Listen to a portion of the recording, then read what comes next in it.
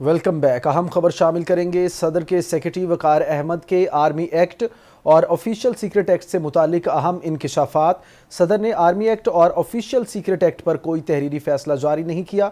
वकार अहमद का सदर को वजाहती ख़त। उन्होंने अपने ख़त में लिखा, हक़ाइक़ मंजर आम पर लाने के लिए सदर पाकिस्तान को ख़त लिखा है। सदर ने दोनों बिलों की ना तो तौसीक की और ना ही बिल वापस भिजवाने का तहरीरी हुक्म दिया। दोनों बिल आज तक सेक्रेटरी ऑफिस को मौसूल ही नहीं हुए। वकार अहमद की जानिब से ये इंकिशाफ किया गया है। सदर के सेक्रेटरी वकार अहमद के आर्मी एक्ट और ऑफिशियल सीक्रेट एक्ट से मुतालिक अहम इंकिशाफात। सदर ने आर्मी एक्ट और ऑफिशियल सीक्रेट एक्ट पर कोई तहरीरी फैसला जारी नहीं किया। वकार अहमद का सदर को वजाहती ख़त। वकार अहमद का कहना है कि हक़ाइक़ मंजर आम पर लाने के लिए सदर पाकिस्तान को ख़त लिखा है। सदर ने दोनों बिलों की ना तो तौसीक की और ना ही बिल वापस भिजवाने का तहरीरी हुक्म दिया। दोनों बिल आज तक सेक्रेटरी ऑफिस को मौसूल ही नहीं हुए। वकार अहमद की जानिब से ये इंकिशाफ किया गया है। इसी पर बात कर लेते हैं। हमें ज्वाइन किया शाकिर अब्बासी ने। जी शाकिर, कहिएगा क्या तफसीलात है? देखिए, सदर के सेक्रेटरी वकार अहमद जो हैं वो भी अब सामने आए हैं और उनके सेक्रेटरी वकार अहमद ने आर्मी एक्ट और ऑफिशियल सीक्रेट एक्ट से मुतल्लिक अहम इंकशाफात किए हैं।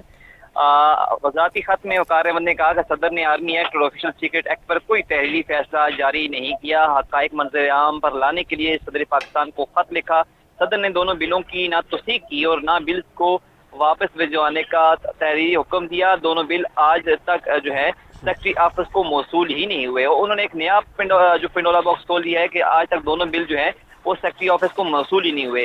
उन्होंने अपने ऊपर लगाए गए तमाम इल्जामात को बेबुनियाद करार दिया। उन्होंने कहा कि मीडिया और आवाम को जारी किए गए बयान से तासुर मिला कि प्रिंसिपल सेक्रेटरी बिलों के हवाले से बेज़ाब्तगी के जिम्मेदार हैं। सदर मुमलिकत से दरख्वास्त है कि FIA से इंक्वायरी कराएं और जिम्मेदारों का तयन ताकि हो सके।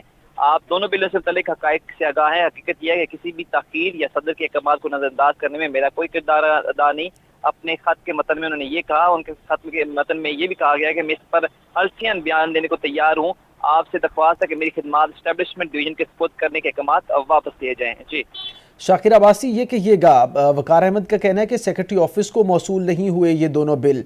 अगर सदर ने दस्तखत नहीं किए तो फिर कहाँ जा सकते हैं ये बिल? प्रेसिडेंट हाउस में।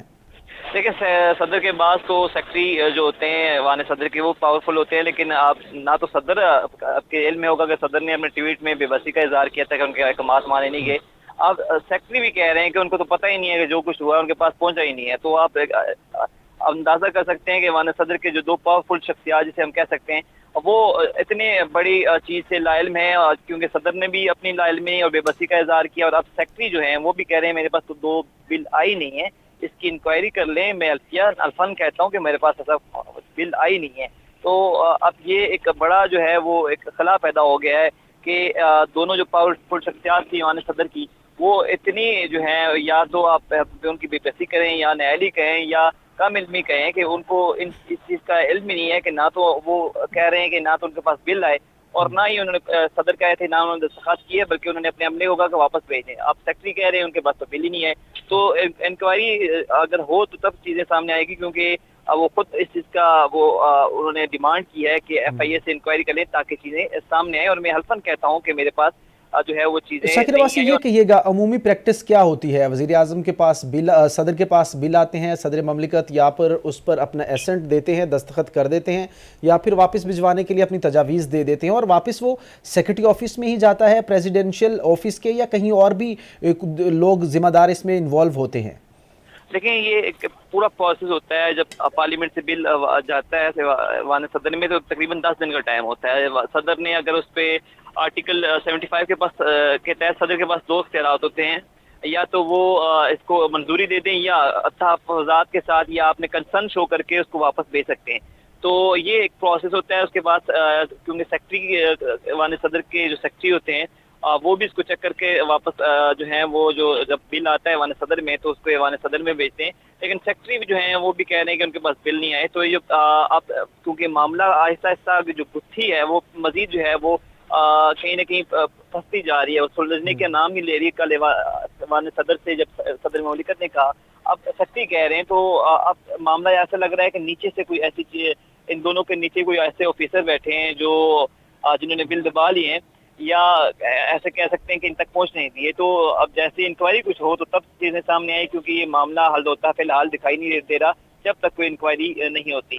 انکوائری اب اس کی ضرورت ہے. شاکر عباسی شکریہ، آپ ہمیں اپڈیٹ کر رہے تھے. یہ معاملہ ہے آرمی ترمیمی بل میں اور آفیشل سیکرٹ ایکٹ کے ترمیمی بل کے حوالے سے صدر کی جانب سے گزشتہ روز اس حوالے سے ٹویٹ کیا گیا تھا، جس میں انہوں نے کہا تھا کہ میں نے واپس بھیجنے کا کہا تھا ان بلز کو، مگر یہ بل واپس نہیں بھیجے گئے، میرے عملے نے میری حکم عدولی کی ہے.